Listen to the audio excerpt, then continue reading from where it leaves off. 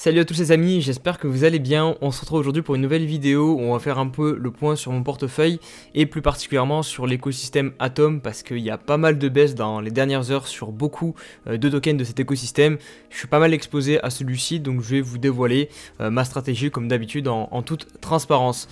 Si vous n'êtes pas abonné à la chaîne, n'hésitez pas à le faire, likez la vidéo si le contenu vous plaît ou va vous plaire hein, puisque là on est qu'au début de la vidéo et puis on part tout de suite sur les graphiques. Allez, on commence par le point sur mon portefeuille, donc 13 700 €, ça fait un bon moment que je suis pas descendu aussi bas. Comme je vous ai dit en intro de vidéo, je suis pas mal exposé à l'écosystème d'Atom, donc forcément, eh bien, mon portefeuille prend vite cher quand les tokens qui sont liés à Atom descendent aussi énormément. J'ai de l'Atom, ça s'est plutôt bien maintenu, mais surtout Evmos en fait et Juno, Osmo aussi peut-être un peu. De toute façon, après je vais vous montrer les graphiques, on va faire le point dessus, mais Evmos, je sais que j'avais quasiment 400 € à un moment, là il me reste plus que 100 €. Juno 86 €, pareil, ça valait presque un moment, je crois qu'au top, j'avais plus de 1000 € de Juno, donc forcément, bah là, mon portefeuille est pas mal impacté. On passe maintenant sur les graphiques et je vais vous dévoiler la stratégie que moi, je vais mettre personnellement en place sur l'écosystème Atom pour les prochaines semaines. Donc, on va commencer par Evmos parce que le graphique est assez facilement lisible, hein. On avait un range depuis son listing en juin de cette année. On voit bien qu'à chaque fois, on vient chercher la borne haute et la borne basse et malheureusement, ici, bah, ça n'a pas manqué. On a cassé le range et d'ailleurs, bah, réaction instantanée, il n'y a plus d'acheteurs qui se manifestent et le cours est en train de dégringoler. Donc là, clairement, moi, ce que j'ai fait de mon côté, c'est que voilà, j'ai pas revendu mon bac d'Evmos parce que j'ai confiance dans le projet. Par contre, je suis pas fou non plus. Voilà, je vais pas all-in. Clairement, quand je vois un graphique qui monte, qui va à la cave, je vais pas foutre ma maison dessus. Donc, j'ai décidé de tous les rewards que je vais avoir avec mon bac d'Evmos. Je vais vous montrer d'ailleurs directement la page pour ceux que ça intéresse, où je récupère mes tokens à chaque fois. Voilà, je vais ici dans Stacking. Et vous voyez à chaque fois, donc je peux récupérer des tokens en... Alors ça c'est le MetaMask, parce qu'évidemment il faut se connecter avec MetaMask. Donc voilà, là je suis connecté avec mon MetaMask. Vous voyez que je peux pas claim les rewards parce que je l'ai fait en fait juste avant la vidéo. Je les ai envoyés sur Osmosis, donc l'échange décentralisé de l'écosystème Atom, et je les ai swappés en USDC. Je crois que j'avais à peu près 8 $. Et c'est ce que je fais régulièrement, toutes les semaines en général. Je viens maintenant les vendre et je continuerai à le faire tant que j'aurai pas la présence acheteuse qui se manifestera sur le graphique d'Evmos. Voilà, pour moi c'est obligatoire, je vais pas non plus payer de manière vraiment à l'aveugle complet, surtout sur des altcoins. Donc j'attends qu'il y ait au minimum un petit W, voilà, au moins en daily pour commencer à restacker mes rewards. Parce que là j'en ai... Hop, on va aller voir, j'en ai 173 de stacker et voilà, j'augmenterai progressivement mon bag quand on aura trouvé un plancher et potentiellement derrière repartir sur une tendance haussière. On enchaîne maintenant avec la suite. Je vais vous faire un point très rapide sur le Bitcoin parce que c'est toujours bien quand on parle d'altcoins de savoir où on est à peu près le BTC. Donc toujours aux alentours des 16 000 $. Vous voyez que là, ça fait maintenant 3 semaines qu'on se stabilise autour de ce prix et on le constate encore plus sur les unités de temps plus petites. Là, je suis sur du 4 heures, donc on a ce range sur le 4 heures. Donc en gros, entre 15 500 et 17 000, je mettrai le haut du range. C'est vraiment les deux bornes qu'il faut surveiller pour avoir le prochain gros mouvement, je pense, qui se mettra en place sur le BTC. Donc si on arrive à avoir des clôtures au-dessus de 17 000 $, c'est boule. Si on clôture en dessous de 15 500 $, on se dirigera vers un scénario bear où la chute qu'on a commencé avec FTX pourrait se poursuivre pour personnellement arriver dans cette grosse box verte qui est comprise entre 15 000 $ et 10 000 $, quoi, globalement. C'est pas trop où on va s'arrêter, mais bon, on semble vouloir aller en tout cas dans cette box. On passe maintenant sur le graphique d'Atom, 9,7 $ au moment où je tourne la vidéo et il est quasiment de retour sur une zone assez intéressante aux alentours des 7 $, qui est en fait, là je suis sur le mensuel, ici vous voyez zone de résistance de toute cette première accumulation sur Atom. Derrière on la déborde, on accélère, on revient chercher la zone en support et durant le bottom là, de juin, parce que oui, Atom n'a toujours pas perdu son bottom qu'il avait effectué en juin, si on compare avec le BTC qui lui se trouve en dessous, hein, parce que son bottom était aux alentours de 17 000, là on est à 16 000. Du coup bah ça c'est quand même, ça montre une surperformance. Juste après je vous montrerai le graphique contre le BTC parce que c'est toujours aussi intéressant de regarder le graphique contre le Bitcoin pour les altcoins. On va basculer sur l'hebdomadaire. Personnellement, je ne rachète pas d'Atom là parce que la situation est trop catastrophique encore. Le Bitcoin, voilà, on ne sait pas si il a trouvé son point bas. Il n'y a pas de phase vraiment à plat qui dure pendant un petit moment. Moi, c'est ce que j'attends pour pouvoir réinvestir. Donc pour l'instant, je n'achète pas, je suis en stand-by. Je pourrais racheter si eh bien, tout simplement on arrive à marquer une structure de retournement. Alors là je vous ai fait un W dans un M, bon, c'est très bullish.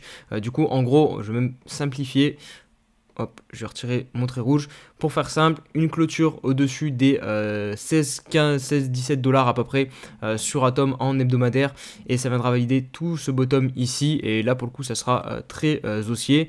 En revanche, si bien sûr on clôture à l'inverse déjà sous ici le niveau des 9 dollars qui est un peu plus affiné que le niveau des 7,5 dollars que je vous ai montré sur le mensuel. Parce qu'ici, on prend les mèches, on prend les cours de clôture en hebdomadaire. On voit que c'est encore un niveau très marqué.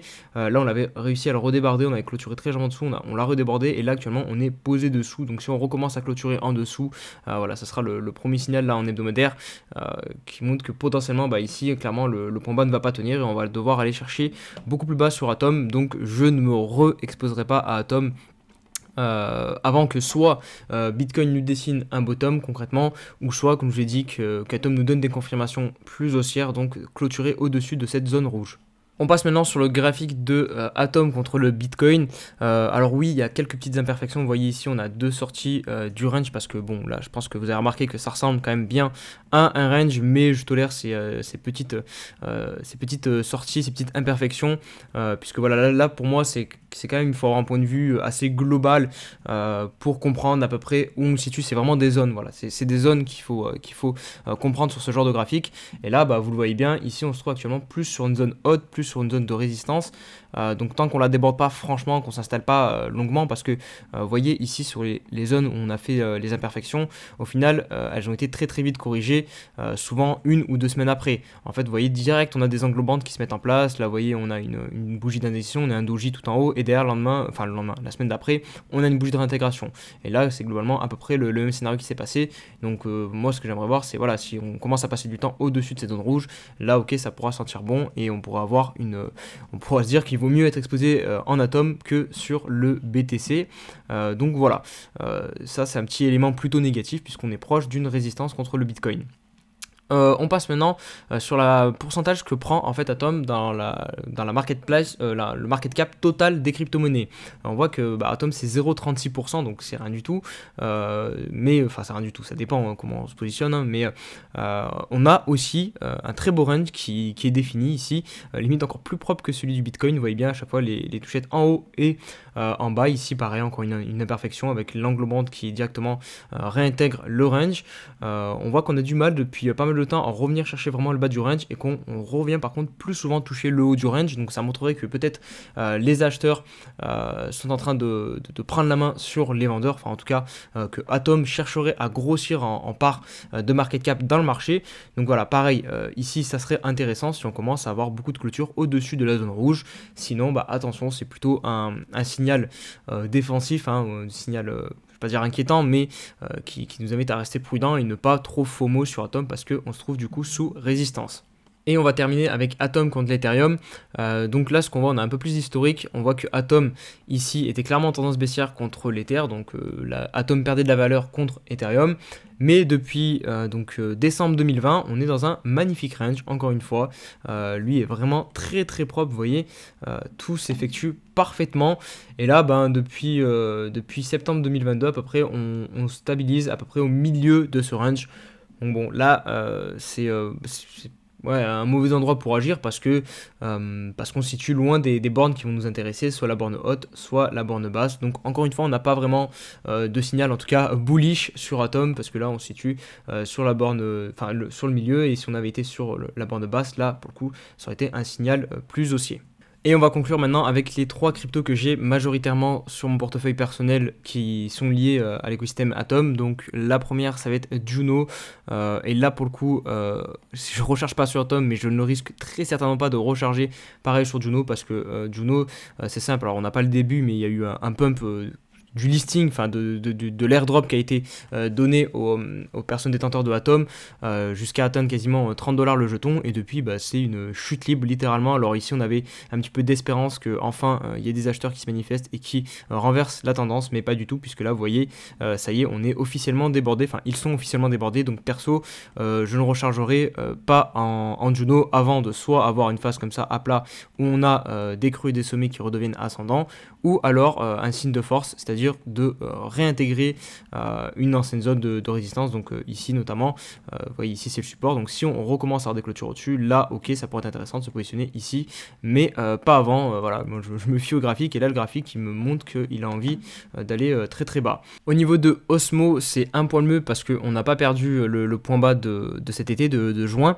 mais voilà, c'est pas non plus encore bien flamboyant. On a très peu d'historique sur ces tokens. Aussi à préciser, ces tokens-ci sont très inflationnistes. Je crois que sur Juno on est encore sur du 20% d'inflation. Osmo ça doit être sensiblement pareil je pense. Donc voilà, c'est clair qu'ils ont un modèle économique où il faut de la demande, et du coup là clairement pour moi, en plus que le graphique ne soit pas extrêmement bullish, je vais attendre quand même beaucoup de confirmations avant de me replacer à l'achat. Donc personnellement voilà, déjà si on redébordait cette zone qu'on voit très bien ici, qu'on a un top, un deuxième, un troisième, ça sera intéressant.